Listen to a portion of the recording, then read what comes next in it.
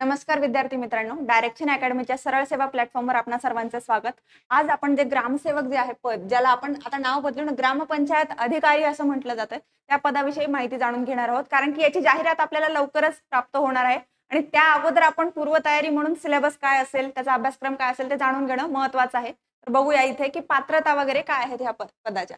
तर त्यामध्ये बघा किमान 12वी पास असणं अपेक्षित आहे, जो काही आपला उमेदवार असेल तो। मग त्यामुळे तो कोणत्याही शाखेचा 12वी पास असणं अपेक्षित आहे। पण त्यामध्ये एक अट आहे की किमान त्याला 60% गुण प्राप्त असणं गरजेचं आहे 12वी मध्ये। आणि त्यानंतर मग जर बघायला गेलं तर कोणतीही पदवी असेल, कृषी डिप्लोमा, कृषी पदवी, समाजशास्त्र पदवी, ह्या पदवी स्तरावर कोणत्याही पदवी असलेला विद्यार्थी तिथे लागू होईल। आणि त्याचबरोबर काही विद्यार्थी हे 10वी नंतर डायरेक्ट डिप्लोमा करतात, तर तेही विद्यार्थी इथे आपल्याला पात्र असतील।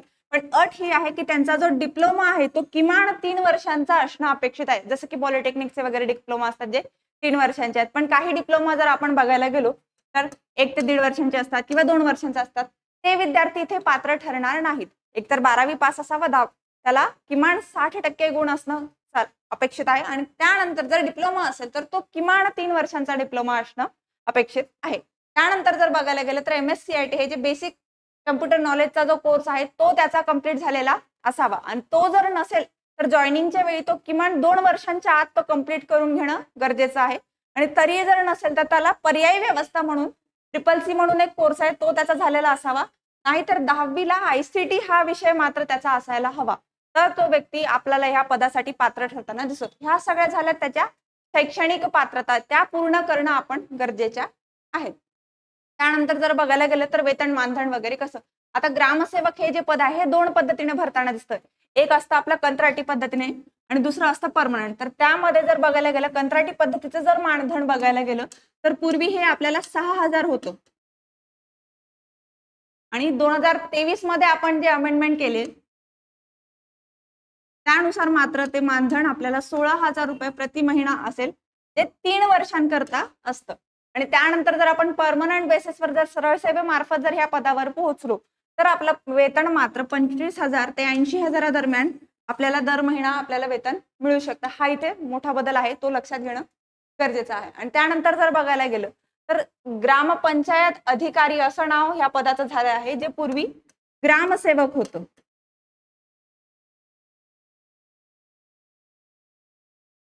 तर मग जाहिरात जी येईल आता आपली, तर ती ग्रामसेवक भरती म्हणून न येता ग्रामपंचायत अधिकारी भरती 2025 ह्या शीर्षकाखाली जाहिरात येईल। हा एक बदल आहे इथे जो विद्यार्थ्यांनी लक्षात घेणं गरजेचं आहे। त्यानंतर जर पुढचं बघायला गेलं आपण तर की ह्यांची बढती प्रमोशन्स वगैरे कसे होतात, तर दर 10 वर्षांनी प्रमोशन होताना दिसतात। पण मग त्यामध्ये तुमची कॅटेगरी वगैरे काय आहे या सगळ्या गोष्टी इथे लक्षात घेणं गरजेचं आहे।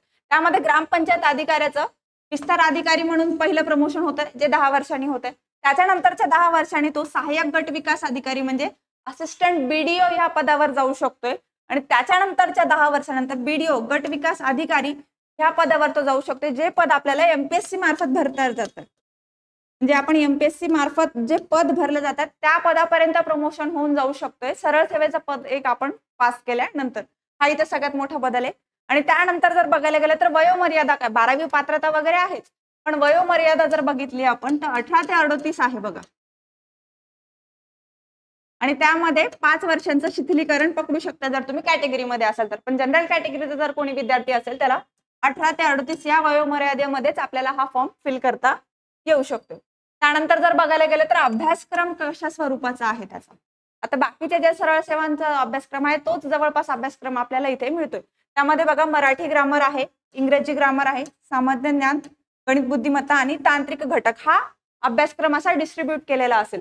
आता मराठीमध्ये 15 प्रश्न आहेत 30 गुणांसाठी, इंग्रजी ग्रामरमध्ये 15 प्रश्न आहेत जे 30 गुणांसाठी असतील, सामान्य ज्ञानामध्ये 15 प्रश्न आहेत जे 30 गुणांसाठी राहील, गणित बुद्धिमत्ता 15 प्रश्न 30 गुणांसाठी, आणि इथं तांत्रिक घटक म्हणून जे आहेत इथे 40 प्रश्न राहतील जे 80 गुणांसाठी असतील। असे 100 प्रश्न आणि 200 गुण टोटल आपल्याला राहतील। आणि पेपरचा वेळ जर बघायला गेला आपण तर 1.5 तासांचा वेळ आपल्याला पेपरचा राहील, जो ऑब्जेक्टिव्ह स्वरूपाचा राहील।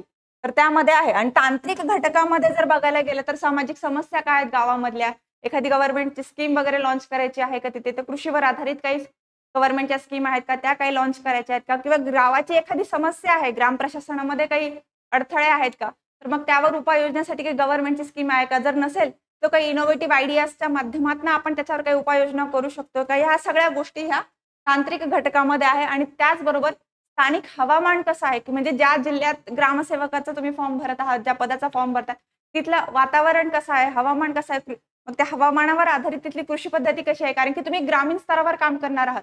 ह्या सगळ्या गोष्टी तांत्रिक घटक ह्या अभ्यासक्रमामध्ये असतील. त्यानंतर जर बघायला गेलं तर आपली जी बॅच जी आहे डायरेक्शन अकॅडमीची, तर ती आपण ह्या संदर्भात लॉन्च केलेली आहे. जी आपल्याला मात्र 999 रुपयामध्ये अवेलेबल आहे. जी लाईव्ह प्लस रेकॉर्डेड बॅच आपल्याला मिळते. जे तुम्ही लाईव्ह पण लेक्चर बघू शकतात आणि रेकॉर्डेड बघू शकतात आणि ज्याची व्हॅलिडिटी आपल्याला मात्र 1 वर्षांची राहील. आणि अधिक माहितीसाठी तुम्ही डायरेक्शन अकॅडमी सरळ सेवाच्या YouTube चॅनलला, टेलिग्राम चॅनलला जॉइन करू शकता. आणि त्याचबरोबर डिस्क्रिप्शन बॉक्समध्ये तुम्हाला ॲपची लिंक दिलेली आहे, ती तुम्ही डाउनलोड करू शकता ॲप. आणि त्यानंतर तुम्ही जी बॅचमध्ये सरळ ॲक्सेस घेऊ शकताय. आणि अधिक अशा ज्या सरळ सेवांच्या ज्या काही अपडेट्स असतील त्या जाणून घेण्यासाठी डायरेक्शन अकॅडमीच्या सरळ सेवेच्या चॅनलला तुम्ही जॉइन करू शकतात. आणि तुम्ही ज्या काही वेळोवेळी अपडेट्स राहतील सरळ सेवेच्या त्या तुमच्यापर्यंत पोहोचवण्याचा आम्ही प्रयत्न नक्कीच करू. धन्यवाद.